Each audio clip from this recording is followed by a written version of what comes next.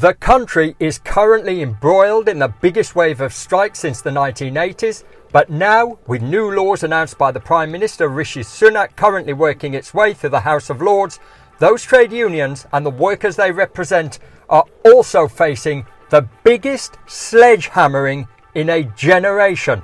Make no mistake, the government is focusing on destroying the right to strike, and in doing so, hoping to demolish the strength of the trade union movement for good.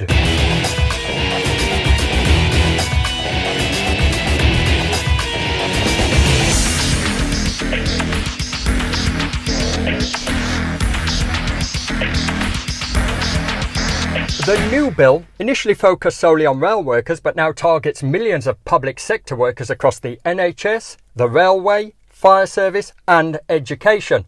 New laws would require trade unions to negotiate with bosses to agree that a number of their members will continue to work during strike action, and bizarrely, government ministers could also intervene and set staffing levels themselves. The laws would remove legal protections, making it possible for trade unions to be sued by employers for lost revenue if they don't comply, and individual workers who refuse to work the new minimum staffing levels could be sacked. Let's face it, by forcing trade unions to comply, strike action would be rendered useless, and with that, mutual reverence between workers, their bosses and the government would cease to exist in its entirety. If you want a picture of the future, imagine a boot stamping on a human face forever. Make no mistake, this is a class war. For the general public, trade unions are often the last line of defence. And in reaction to the government's strikes bill, Sasha Deshmukh, Chief Executive of Amnesty International UK, said that the government's proposed changes to the right to strike are alarming and one more example of its drive to erode human rights in this country. The legislation ignores key safeguards that protect workers' rights under international law.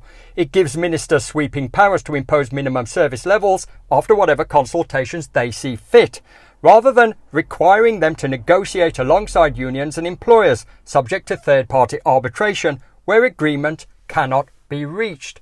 And the key question to be asked in all of this is, does the bill meet International Labour Organization standards? Standards which the UK government has signed up to. And the answer to that is a resounding no. Oh, there's a big surprise. That's an incredible... I think I'm going to have a heart attack and die from that surprise. Without the threat of withdrawing Labour, collective bargaining amounts to nothing more than a begging bowl, which working people will have to accept whatever the bosses offer and whatever the government sees fit. And for that reason, we cannot allow Rishi Sunak's government to have free rein to wreak even more havoc on living standards. Yeah, I fully believe in the union's role in our society and the freedom for them to strike. But I also believe that should be balanced with the right of ordinary working people to go about their lives free from significant disruption. Shut up, you...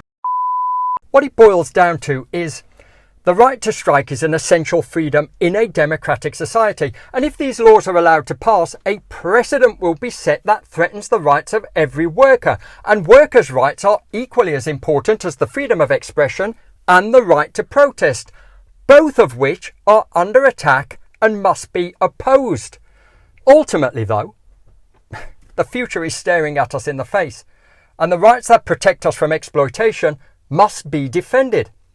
This bill is, you could say, it's nothing more than about holding down working people's pay and crippling the trade union movement that threatens a system in favour of the rich. I have friends who are aristocrats, I have friends who are upper class, I have friends who are, working class, but not working class. The resurgence of the trade union movement over the last couple of years has given working people courage that it is within their power to resist political decisions that say we should be poorer and say we should always accept less, whilst those at the top continue to cream off record profits. And in the latest poll by The Observer, and I realise there might be a left-leaning slant here, but they say that the majority of voters continue to support striking nurses and ambulance workers, which is remarkable, given that the government claims that they are putting the public at risk, and given the incessant attacks by the British media. But it makes sense, doesn't it? We are in the midst of a cost of living crisis, possibly the worst in a generation. And people are starting to reassess their allegiances, aren't they? And we shouldn't buy into the bought and paid for media who will invoke images of, say, the miners' strike and try to turn the conflict inward. Picketing is standing outside the workplace to try and encourage people who want to go to work not to go to work. What else do you think it involves? And what if they want... Well, I just wondered what else it might involve, because I very well remember the picket lines of the 1980s, where are you going with your... Mr. Lynch. I'm asking you what your members would do, Mr. Lynch. Which picket lines are you talking The about? miners' strikes. Miners' strike. Yeah. What does it look like, the miners' strike? What are you talking Mr. about? Lynch. Certainly since that time, people have been quite revisionist about what happened back in the 1980s and now commend those strikers for their solidarity and bravery. This time, however, we cannot allow politicians and the media to pit worker against worker. We know where the problem is. It lies with those passing laws to dish out punishment. Authoritarian governance must be challenged wherever it raises its ugly head. And this time, the working class must fight like hell to secure its own future.